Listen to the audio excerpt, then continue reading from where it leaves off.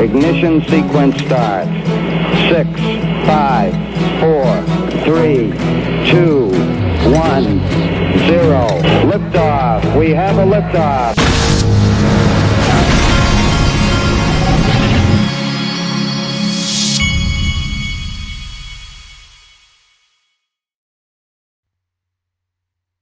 Hey everybody, this is the Digital Asset Investor. Let's see here, where to begin. I think we're going to start with this Anthony Pompliano tweet, and this is where he's talking about Poloniex. Poloniex is moving out of the U.S. to focus on international markets. They won't even let U.S. customers use their products moving forward. This will become the norm if the U.S. continues to create an overbearing or uncertain regulatory environment. We might just get it right. Well, as you all know, here we're talking about Bitcoin still, so you will see more and more of what Poloniex is doing here, and so Pompliano is making a very good point here. Then there was this from Mr. B this morning. I thought that this might be a good time to show you this. I don't know if I've got this out of order from the way I wanted to talk about it or not, but anyway, if I do, we'll revisit it, whatever I have to do here.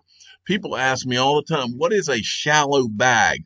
So I think it's worth a revisit for new peeps. Having a small shallow bag can allow me to sell mine at a new all-time high, or even less, to see some profits and reset my patience meter while still holding a majority longer term. Now, I will tell you that as a result of Mr. B talking about that even I changed a little bit of what I was going to do.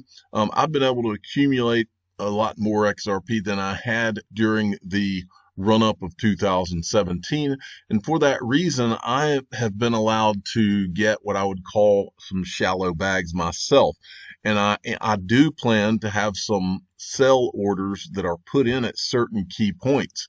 Now, I do want to go over this. Let me see if I can skip ahead for just a sec and get you to that. No, not that. Yeah, see, I accidentally pulled up his thing twice. So I'll go to the next one. This is what I wanted to show you from Lud XRP. Just sharing some thoughts here in case you didn't think about it at the exit plan. And I think this might be a screen grab from a video I did one time, which is fine with me. XRP exit plan hypothetical. And this is not how I've got mine structured. I was just putting this up as an example. Let's say you want to sell 10% at 5, 30% at 15, 40 at 25, on up to 10% at 500. And now I think that you need to come up with some type of plan like this. This guy right here, XRP Euphoria, he designed his plan like this. He's finalized it. Finally did it. Wrote out my exit plan, my XRP exit points, and he's got $10 all the way to $500. XRP purchased after today will be held in 10-year escrow. Now, this is one part of the plan that I intend to do, and I have not done it yet. I really do want to talk to someone about the right way to create an XRP escrow. And I'm going to do that at the appropriate time. And basically that's like a time release. So I could say, I want to put 20,000 XRP in escrow, and I want it to be released to my sons when they are 30 years old. And so I do intend to do something like that. And that could be an interesting part of your plan. Now, let's look at this. This was a long Tony Valentino thread, but I wanted to highlight this one having to do with the conversation we're having right now. He says, take advantage of the current price of XRP.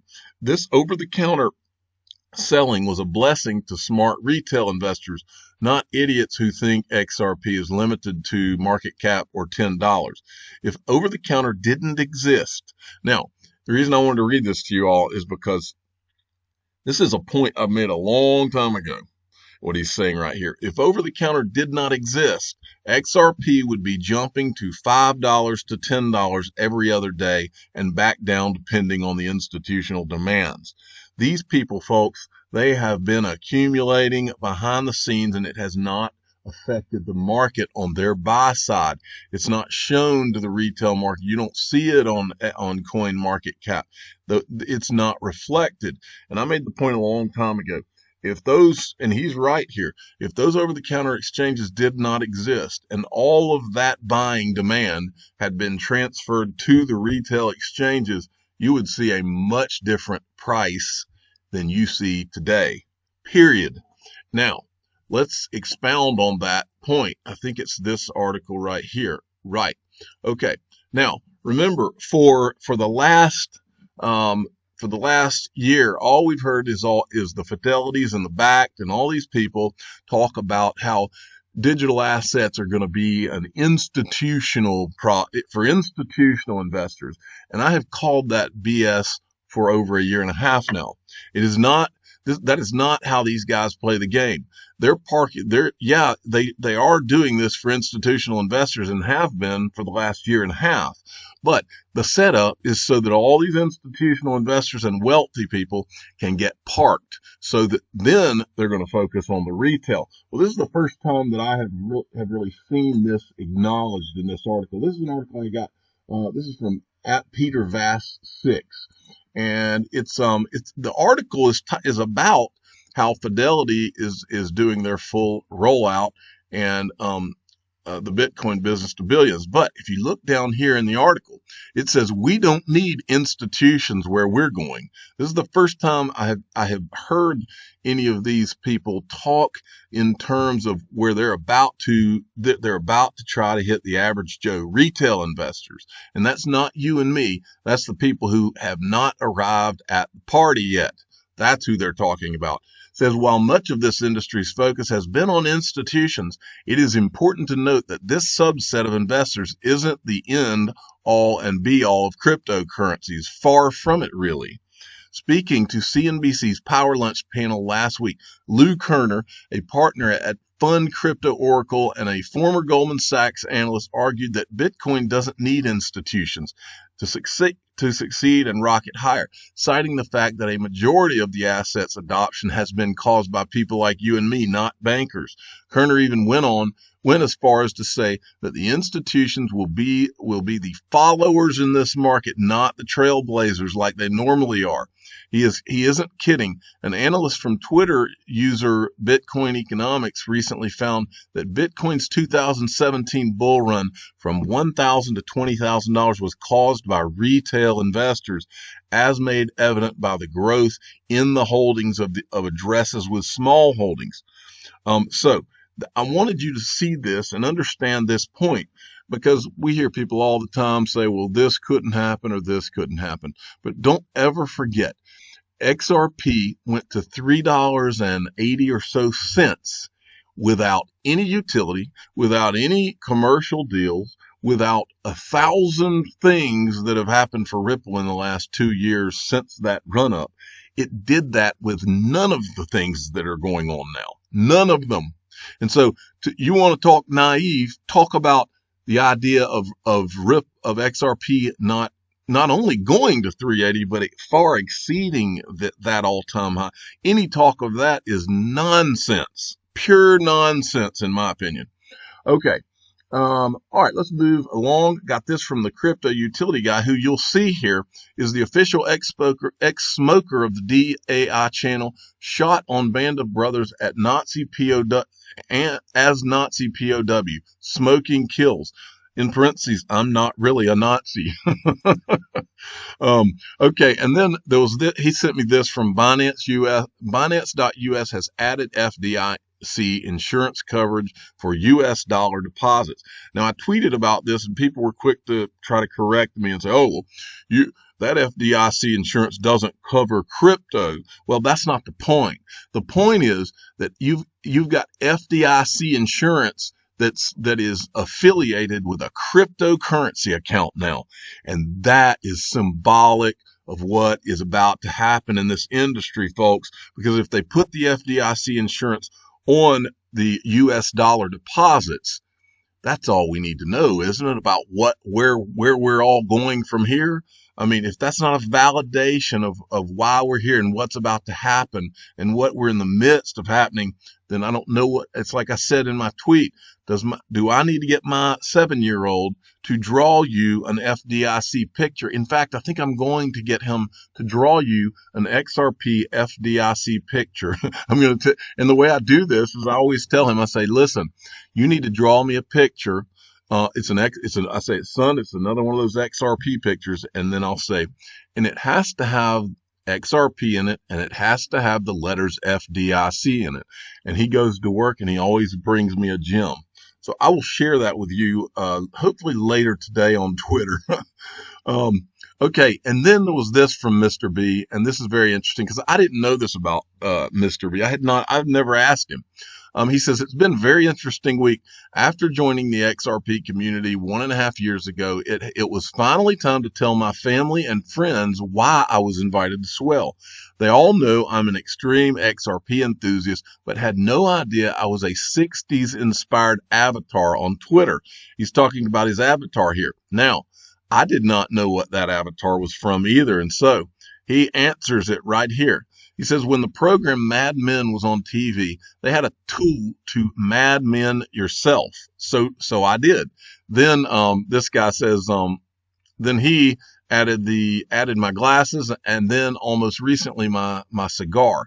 It's a work in progress, as I personally believe in never-ending improvement. So that's what this is about. It's a takeoff from Mad Men.